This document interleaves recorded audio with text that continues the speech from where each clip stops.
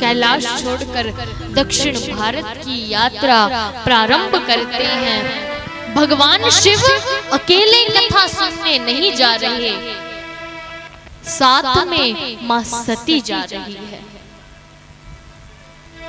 शायद शंकर जी ये बताना चाहते हैं कि कथा पति और पत्नी दोनों को साथ मिलकर सुननी चाहिए। कारण है, अगर पति कथा सुने और पत्नी ना सुने तो झगड़ा। कह रहे 24 घंटे कथा में बैठे रहते हो, कथा क्या रोटी दे देगी? लड़कियां घर में विवाह योग्य बैठी हैं, जरा घर को भी देखो। और अगर पत्नी कथा सुने और पति ना सुने तो झगड़ा।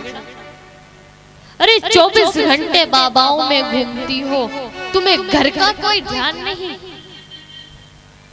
लेकिन जब पति और पत्नी दोनों साथ मिलकर कथा सुनते हैं, तब परिवार का वायुमंडल दिव्य बनता है।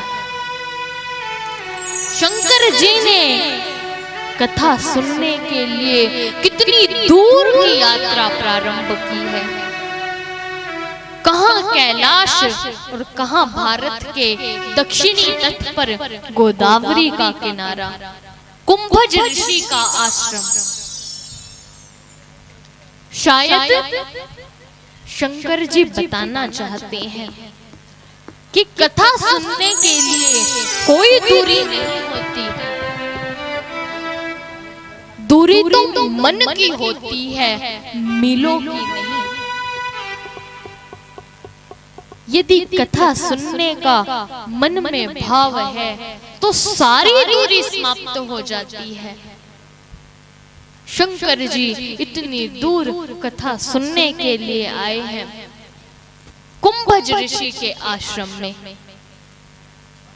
अगस्त ऋषि का नाम ही कुंभज ऋषि है।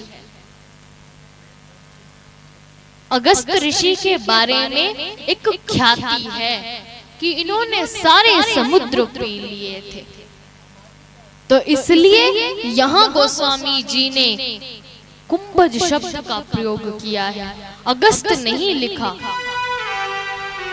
कुंभ से जन्मा हुआ अर्थात कुंभज, जिसका जन्म ये घड़े से हुआ है, ऐसा कुंभज।